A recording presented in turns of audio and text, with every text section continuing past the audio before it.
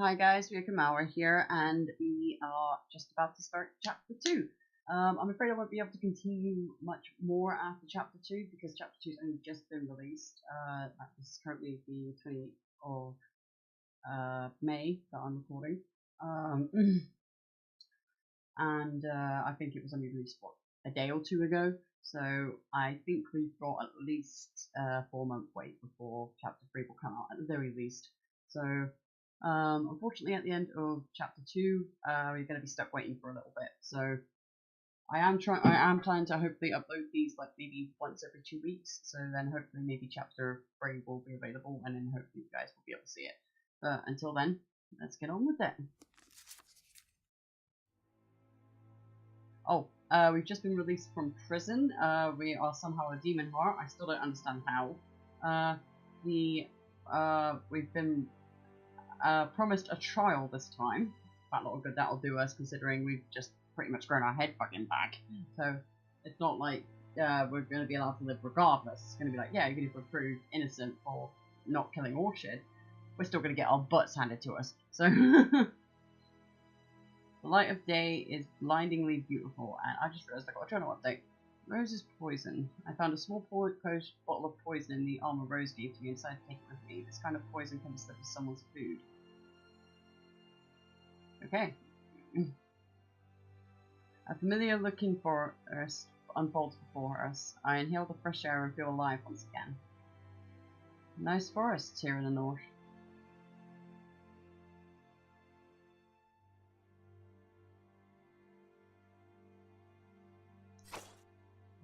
Ow!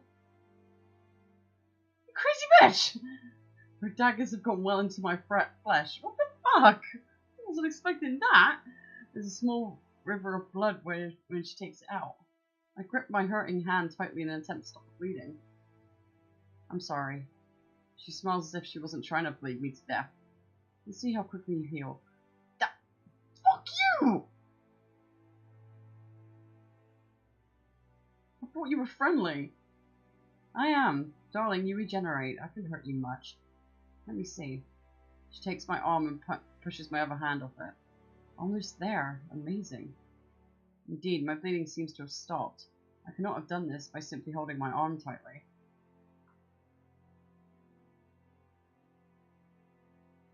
Yes, my head apparently grew back after they cut it off. Are you going to slaughter me just to check that out? No, I simply had to check that your lord gave me the right person. Here, take the knife. You'll need some weapons for your journey. Are you not afraid of me?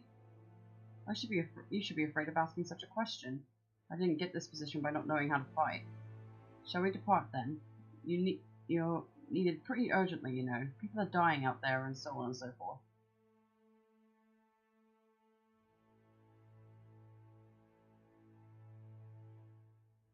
How am I supposed to prevent their dying? You wouldn't tell me much, but your lord is convinced he can make use of you fighting in fighting the beasts, military stuff. Are you getting excited over meeting my friends from the Scarceful Council? Scarceful Council? What's that? It's a circle of Lord Mace's closest associates, including knights, advisors, agents, and other experts. We all have each other's backs, so you better treat my friends with respect. Sure. By the way, everyone from here to Scarceful has heard that you and the commander were supposed to be getting married. Oh shit, no! They heard it wrong. Anyway, I'm surprised that sorry thing is integral at all. But we've lost those lads enough time. Let's go. We cross the King's Road, the one that goes north to Crows and south to Scarceful. The wall we're taking is narrow, old, perhaps older than the kingdom of Shermere itself. I just hate the fact that Monk's going around fucking bragging when he came to me and was just like, yeah, this ain't working out, so yeah, I can't be associated with you anymore. And now that I'm suddenly allowed out of prison, I thought we ended it on mutual terms, but it seems he's a prick. I'm glad I fucking don't have any interest in him. Fuck him. The Golden Forest is beautiful, and not so far away from my hometown. I've been here before. There used to be expeditions to the nearby ruins, and this all looks familiar. From time to time I spot a wooden house in the distance, no doubt belonging to a woodcutter or a foolhardy hunter. But although enchanting in their beauty, our forests are no safe place to live in. Ah, that's so much better. Fresh air, no anti-demon seals. I started looking around, but seeing nothing out of the ordinary. Rose isn't perturbed by the voice at all. She looks surprised by my sudden movement, but otherwise doesn't seem to be aware of anything. Hello? Don't be shy. I'm forced to conclude that the voice is coming from within my head. Hi? What the fuck's going on? Who or what are you? I do not know what I am. Maybe I'm you? Pretty sure you're not, mate, because you sound male for a start, so I'm definitely not you. With that obviously male voice? Of course, as your alter ego, I have taken the form of everything you're not. No wonder you don't have any friends, apart from those who stab you or chop off your head. Here I am, considering to lend you a helping hand and shake you out of your foolish do-goodery, but you don't deserve my compassion. Fuck you too, mate! What am I saying? I have no compassion, not that I'm aware of. I noticed that my amulet is glowing suspiciously. Maybe that's where the voice is coming from. Anyhow, Rose doesn't seem to hear it. That prison was a horrendous place to talk. So much interference, so many distractions. They built it that way on purpose, so friends like you and I couldn't catch up. Friends? Yes, just you and me. You are my only friend in the world, in either of them. Okay, mate? Clearly I have no friends in Inferno, and the humans would just chase me with their farming tools. Not that it would serve them, but the hostility hurts.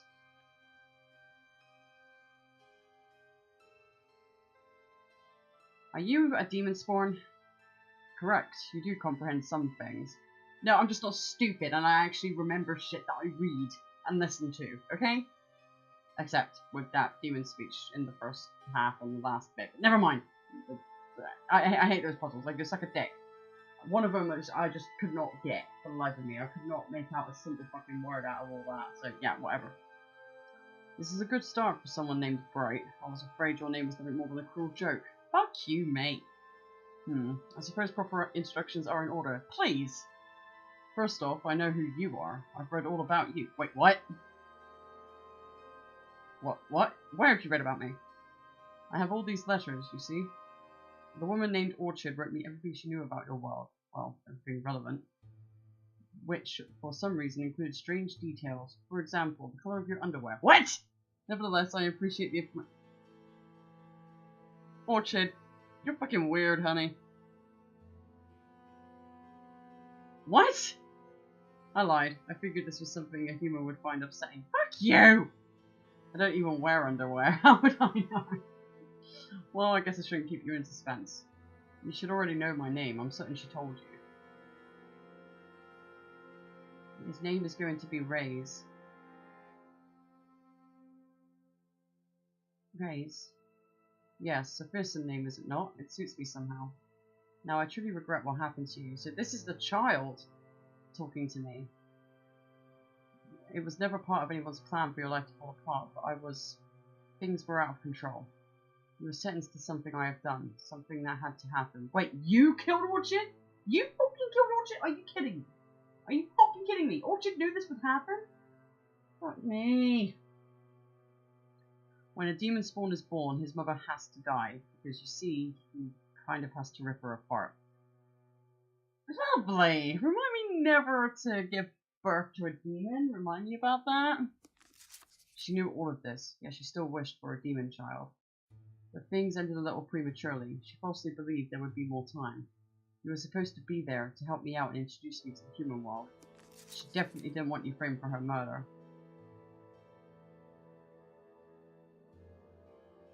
You ripped Orchard apart? On my way out, yes. She sacrificed herself, all because of me, but I promise I'm worth it.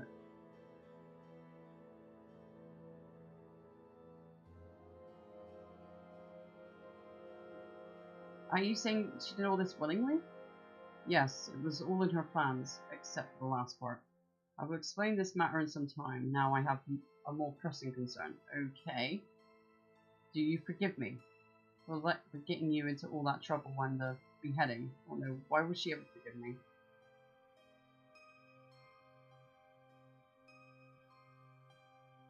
I don't know. It is a bit too soon. I mean, maybe later I might, but I understand. Well, you'd be foolish to forgive that easily. For now, revel in the fact that you and I have gained an infernal patron. We are bound to each other. Okay. Infernal patron? Oh, they've been updated.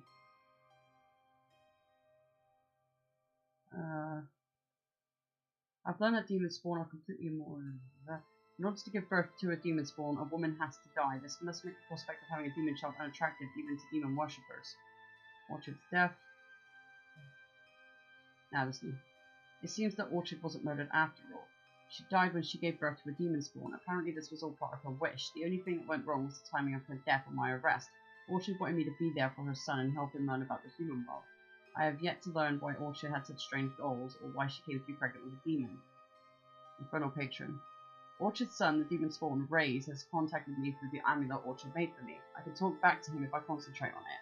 He calls himself my infernal patron and doesn't seem to care much about startling me with his voice. Speaking of which, his voice is rather deep. I thought that was the case. The voice is gone. Wait, you just suddenly left? Fuck you, Raze, you fucking prick. It seems Rose has been telling me something on the way. She hasn't noticed that I wasn't listening. Oh boy. So then the guards put you in a sack, and while they were carrying you God knows where, you grow back together and start moving on them. Imagine their reaction. I don't remember any of that. While you're alive, that's reason enough to believe me. Who told you all of this? It's my job to know things, whether some kittens like it or not. Your Lord Second is so funny. He says that we scarewallers are all a bunch of hypocritical thieving bandits, doesn't he? I say your Lord and his goons are half-wits. Bandits can't make a living preying on each other. Where has that ever been?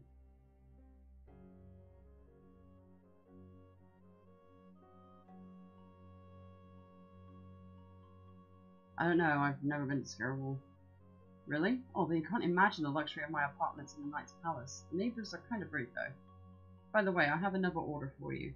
You're not allowed to write any letters while you're out on this mission. Not to your parents, not to anybody. As you know, your Lord wants to keep this operation private. Do my parents know I'm alive? Of course they do. Your Lord is known to be honourable after all, isn't he? He would not let your family suffer needlessly. However, you shall not send word to your parents until you have officially regained your freedom. This was no scarceholder's idea. I understand. We continue through the forest.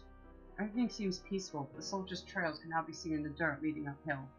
I'm feeling dizzy again. Fucking Christ, Raze, really? Again? Already? At least give me some fucking warning, you prick. Merrily marching into a battlefield, are you?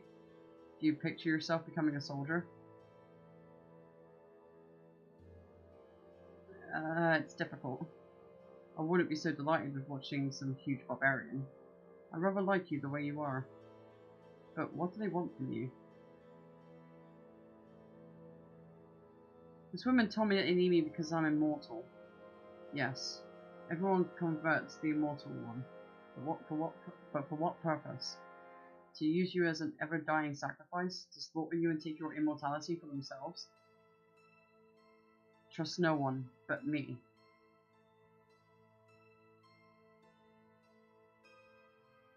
Why should I trust you? Don't you want to hurt me too?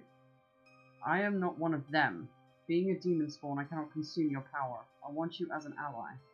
Unlike the humans, I gain nothing from hurting you. That is why you should trust me. But as you wish, you'll decide in time.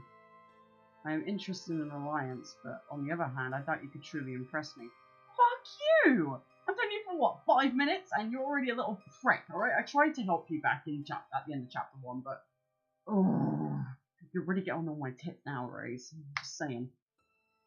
I shall give you a small portion of my time to see what you'll make with your freedom.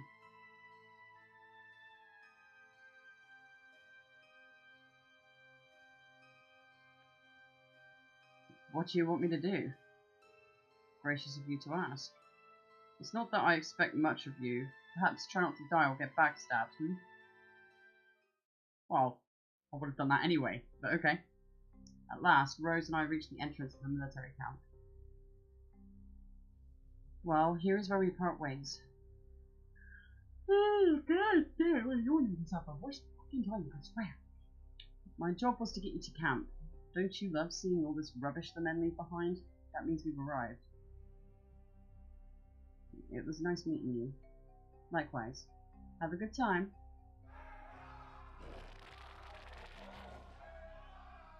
That sounds lovely. Sounds of battle are coming from up ahead. Men's shouts, animal snarls, and dying squeals. Rose turns around and walks back into the forest, but I can still feel her eyes on me from a distance. I know she'll be watching to make sure I won't be trying to escape. Battered training dummies and targets are set up at the entrance. Simple tents have been raised throughout the camp for the soldiers to sleep in. There are enough tents to accommodate around 24 warriors, or maybe more, if they are packed really tightly. I don't see any soldiers though. There's a campfire with a stew boiling, but no one to attend it. The men are all in battle. On the left side is a steep mountain side and some rocks guarding the camp on the right. The soldiers have built rows of wooden spikes to protect the passage. Is there anything else? Oh, ground. The ground is littered with worn equipment and rubbish. Some of it looks like wooden weapons for training. What should I do? I'll look for weapons. There are some weapons to be found lying in the grass, but they all seem to be in poor condition. The dagger Rose gave you is of a much finer quality. I could definitely use a longer range weapon though. As I try to decide between a shabby spear and a rather heavy longsword, a familiar figure approaches me. I remember he was a good friend of Mark's, so it doesn't surprise me to find Jasper here. Hello, Bright. I was just going to fetch some healing salt. He points to the poorly bandaged wound on his leg. Oh look, an injured fool. He's lucky he's not dead. Wait, Race? Don't speak like that. Jasper's a good fighter. Yes, you can see how good he is at bleeding. Race, shut up! Orchard is the first who comes to mind when it comes to healing injuries. Go ahead, Jasper. We're winning this battle. You stay out of trouble. Talk to Mark when this is all over, okay?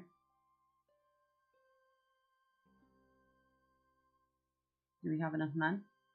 Well, you never know. A scout of ours died recently, and 3 of us here got wounded. Jasper glances around to make sure no one's listening, and whispers to me.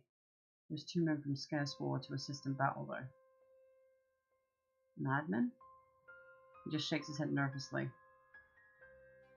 Okay. There's something else you should know before you talk to Mark. After you wound up in jail, he got engaged to that guard girl, Flora. Fine by me. I hope they're fucking happy together. I wasn't interested in him regardless. That's no longer my business, but thank you for the warning. Ah, yes, you're welcome. Take care. Moving on between the tents and crates, I run into an old man stumbling out of his bed. The old man is clutching a longbow. He is thin but weary, and he appears nervous about the sounds of battle up ahead now fading. Why didn't they wake me, those boys? You don't understand the significance of a single soldier. Seeing me empty-handed, the old man bent down to grab another bow and quiver of arrows from his tent and tosses them to me. Cries of victory come from the distance. Seems our men have already slain the beasts that were attacking them. Oh well. Good morning, child. My name's Fisher. Are you the one they sent to us? The mission they refused to speak of, yes? I don't know. No worries. It's none of my business, truly, but I can't help feeling concerned. If anyone gives you trouble, you come talk to me and we'll try and calm them down, okay? Well, this is nice. Okay, thank you. Things aren't always pretty up here. Some of these men, well, they are more goats than men. If you got business with them, you better make it quick. What is a goat? It's you, demon boy! Well, it's half of him. It's a four-legged domestic animal. Ray's laughs. So kind of you to explain. Yeah, you're fucking welcome, okay? More than what you fucking do for me. Holding onto the bow he gave me, I part ways with the old man to examine the battlefield. Everything is calm now. It should be safe to proceed. The wooden barricade on the north side of the camp is stained with blood, and along it lies a corpses of dark wolf-like beasts. Rocks protect the camp from the east, and there is a passage between them leading further into the forest with 2 guards stationed there. A few warriors are examining the corpses, others are cleaning their weapons or tending to their wounds.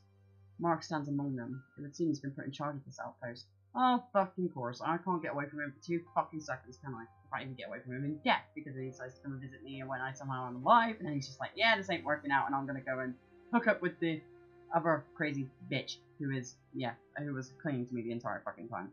I hope you're both fucking happy together, because it seems to me that she's a clingy little whore. It doesn't take him long to spot me. He doesn't look too well. It looks like he's not quite enjoying the soldier's life. Right, it's good to see you. Thanks to your friendship with Orchard, I now officially bear the title of Knight. The only knight in Feline. It's too bad you decided to backstab her. Kind of ungrateful, isn't it?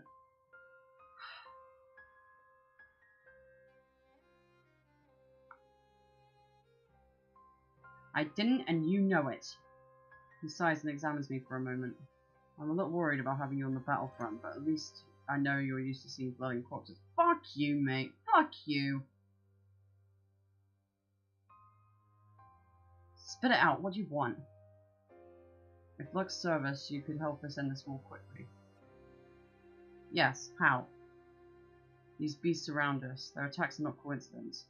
The wargs have always plagued this forest, but never attacked us in such an organized manner, until the witch Riviera possessed them. Did Orchard ever tell you about Riviera? More than a decade ago, when a teacher at Alanda died, Riviera retreated from Scareswall into these woods. He said she lives in an old ruin therein. I don't know that name, but I heard about the old witch of Scareswall Alanda. I suppose I've heard of Riviera's teacher. Her death drove Riviera to escape civilization. Riviera does not cooperate with people. Her interests are her own. Sadly, it seems terrorizing Feline is her latest interest. She appears to have an endless supply of these beasts. They don't give us rest, so we must undertake a mission to assassinate the witch in her lair. So that's why they want me. Okay, fine. When I was younger, I heard somewhat of a legend about Alanda, a witch who resides in Scareswall. She did business there in the same way Orchard did back in Feline. She was famous back in the day. She had an apprentice, Riviera, who escaped Scareswall after Alanda's death. Riviera is an outcast witch who lives in the forest ruins. Lately, the beasts from the forest have started to attack Feline, and our people believe Riviera is behind the attacks. I don't know why Riviera would be doing this, except that she's evil. Okay. Judging a book by its cover again. Alright, fine. Seems to be the story of our fucking life with this game. Well, you're the one who has to do it. Wait, why me?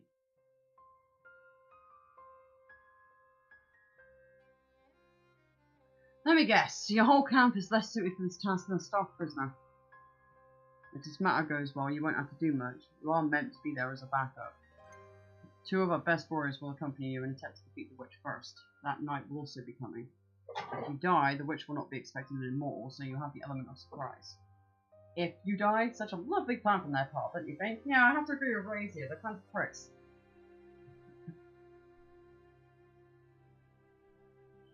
I already hate it. There's also that other thing. Which knight is Mark referring to?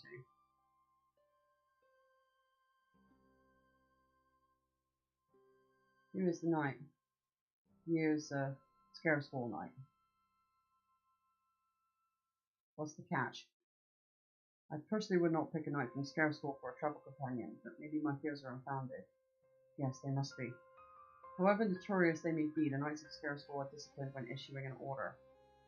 Our alliance is important to Lord Mace, so I doubt his knights would risk the mission for the sake of their wicked entertainment. Fine, I'll try not to get myself killed by your ally. You should meet Sir Brash right away. You can't miss the knight, a tall blonde man in a white cloak, a badly scarred face. Ask him to come see me before you depart. Sir Jalin of Scareswall is also here somewhere. Mark looks around but can't seem to find them. I'll go look for Sir Brash.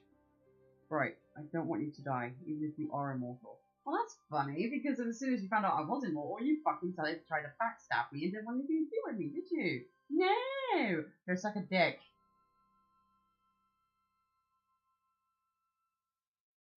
Oh, now you don't? We may have had disagreements, but I can't help but remember how we were together. Yeah, and as soon as I was in prison, you just went and fucking jumped ship into another girl's arms, didn't you? So whatever. Don't. How I wish I could tell you to make a run for it, but the lives of many men are at stake. Let me go. With that, I leave him and decide it's time to start looking for this Knight of Scaresfall. I suppose he'll be the leader of our expedition. Demonheart bear the same title, but the Knights of Scaresfall have quite a reputation. So I'll try looking...